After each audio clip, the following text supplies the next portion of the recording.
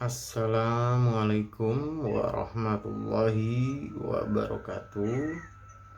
Ya, kembali lagi di channel Kisah Gua Langit. Bagi teman-teman yang baru bergabung, saya ucapkan selamat datang. Terima kasih yang sudah mensupport channel ini. Terus support agar kedepannya channel Kisah Gua Langit semakin berkembang, bisa memberikan pengetahuan, ilmu yang bermanfaat ya. Kali ini Kisah Gua Langit akan membahas tentang keistimewaan weton Kliwon ya, weton Kliwon.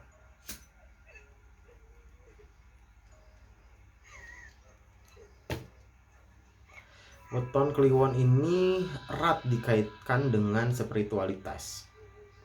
Ya, spiritual, laku spiritual. Ya karena memang dia ini sebagai pancarnya untuk spiritual ya, keilmuan spiritual.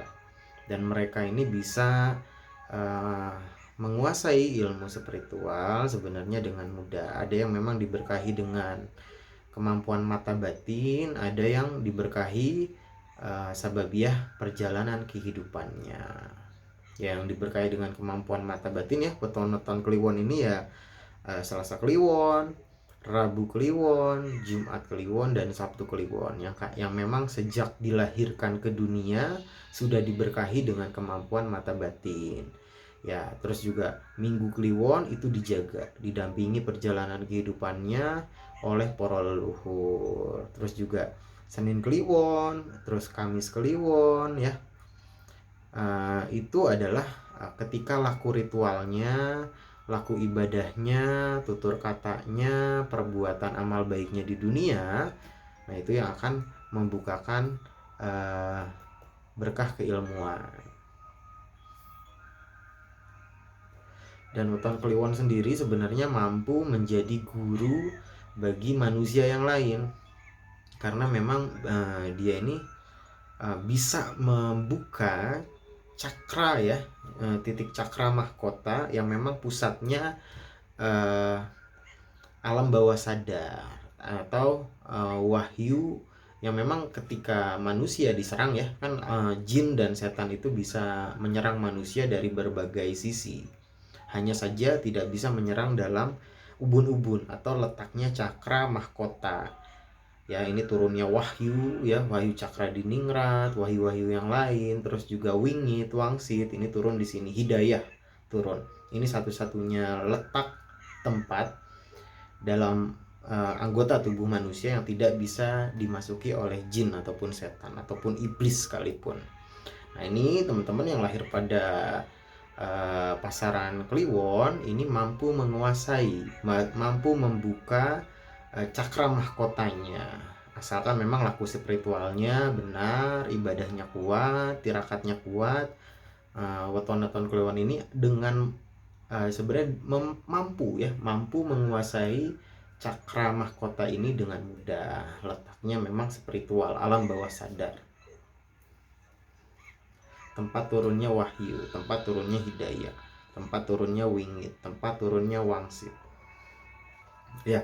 Dan weton-weton Kliwon sendiri sebenarnya orangnya ini sebagai pancar ya, jadi tingkah lakunya harus dijaga, harus bisa membedakan saatnya jadi guru, saatnya di lingkungan biasa, pertemanan, di lingkungan keluarga. Jadi harus bisa menjaga image-nya, adabnya, tingkah lakunya dijaga.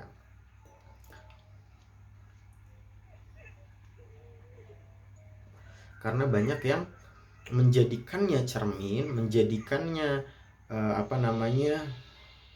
idola, menjadikannya panutan. Jadi tingkah lakunya itu diawasi, geraknya dilihat, ditiru, digugu, ditiru ya, karena weton-weton Kliwon ini mampu menjadi gurunya teman-teman yang memang ingin menguasai, ingin mempelajari kebatinan. Karena memang teman-teman yang lahir pada Kliwon ini ya, pasangan Kliwon ini memang pusatnya dia mampu menguasai cakra mahkota dengan mudah, dan di bawah cakra-cakra yang lain ya, karena cakra mahkota itu adalah cakra yang paling tinggi, yang pusat kontrolnya titik-titik cakra yang lain.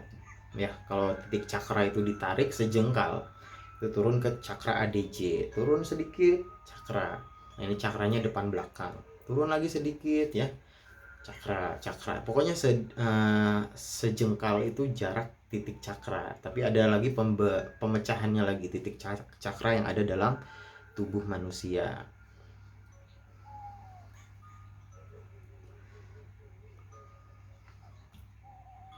Ya, ketika weton-weton kliwon ini bisa memasuki ke dalam dirinya, mampu melihat apa yang ada di dalam diri, segala yang telah diberikan berkah ya di dalam diri manusia, bisa melihat nafsu-nafsunya, amarah, sedih, bijaksana, kecewa, ya bingungnya, terus juga hasut, rasa iba. Karena rasa itu kan mewujud di dalam diri. Di dalam diri ini ada berbagai macam samudranya ada ya. Terus juga alam-alam yang ada di dalam diri. Ya, bahwasanya di dalam diri manusia ini kan cerminan alam semesta. Ya, kayak di surat Al-Hadid itu ya. Besi itu berasal dari luar bumi, bukan dari dalam bumi, tapi di dalam tubuh manusia ada zat besi. Nah, jadi ini adalah manusia, ini adalah gambaran dari alam semesta itu sendiri. Ya, kalau teman-teman pembahasan yang udah sering terdengar mungkin ya, mikrokosmos sama makrokosmos, alam semesta yang besar dengan alam semesta yang kecil. Nah, weton-weton kliwon ini sebenarnya mampu masuk ke dalam diri ya. Kalau istilah dalam pewayangan itu ya, lakon Dewa Ruci itu ya, manunggaling kawula gustinya si Bima dengan Dewa Ruci. Ketika Bima ini masuk ke dalam Dewa Ruci yang kecil, dia melihat alam semesta yang besar, alam raya yang besar. Nah, weton-weton kliwon sendiri mampu sebenarnya mengenal apa yang ada di dalam dirinya dan mampu menguasainya dengan bijaksana. Ya, tentunya ibadahnya harus kuat, laku ritualnya harus diperkuat. Kembali lagi, segala yang dilakukan, amalan-amalan yang dilakukan itu tujuannya kepada Allah, mendekatkan diri kepada Allah. Entah diberikan ilmu atau tidak, entah diturunkan berkah atau hidayah atau tidak, wingit atau wangsitnya, kembali kepada Allah. Pasrahkan segalanya kepada Allah, usaha ikhtiar kita, doa kita. Kembali lagi, syariat yang utama teman-teman ya. Walaupun teman-teman sudah memahami tentang hakikat, tarekat ya, terus juga mungkin sudah berada dalam makrifat, tetap sampai menuju titik itu ya, kan perjalanannya itu diarahkan, dimulai dari syariat. Jadi jangan sampai lupa dengan syariatnya. Walaupun sudah di titik makrifat, syariatnya harus tetap jalan. Sholat 5 waktu jangan sampai ditinggal. Kenapa? Kok nggak boleh ditinggal? Terkadang orang yang mungkin, mohon maaf, yang ngaji filsafat atau yang kuliahnya filsafat itu terkadang males sholat, merasa sudah tahu ya. Levelnya itu kan beda-beda. Ada yang tahu, setelah tahu mengenal, mengerti, mencintai, memahami ya. Yang mengarahkan kita sampai posisi saat ini ataupun posisi makrifat itu syariat. Jadi harus berjalan berdampingan antara syariat, hakikat, tarekat, marifat, itu berjalan berdampingan. Terus juga kita nggak boleh sombong ya. Nabi itu sholat, masih sholat loh. Kita siapa kok nggak mau sholat? Kok kita siapa kok nggak mau puasa? Kita siapa kok nggak mau zakat? Kita siapa kok berani melukai orang lain? Nabi saja yang sudah dijamin surganya oleh Allah ya, Nabi Muhammad, sholat 5 waktu, masih minta ampunan oleh Allah.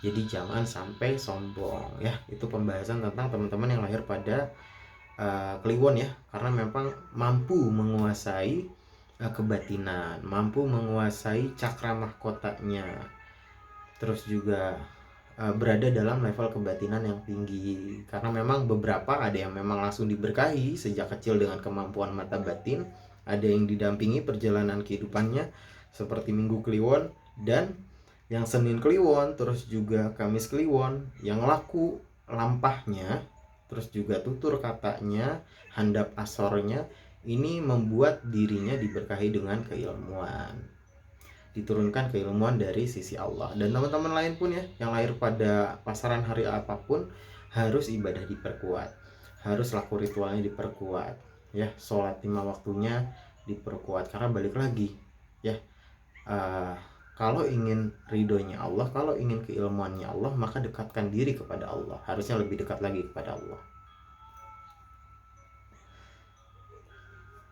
Ya, ditutup pembahasan tentang teman-teman yang lahir pada pasaran Kliwon. Bagi teman-teman yang mau sharing cerita, pengalaman kehidupan, perjalanan spiritualnya, boleh ya di kolom komentar kita sharing cerita, pengalaman hidup. Terima kasih yang sudah mensupport channel Kisonggolangi, terus support agar kedepannya semakin berkembang. Ya, Kisonggolangi pamit undur diri. Wabillahi taufiq wal hidayah. Wassalamualaikum warahmatullahi wabarakatuh. Rahayu untuk kita semua.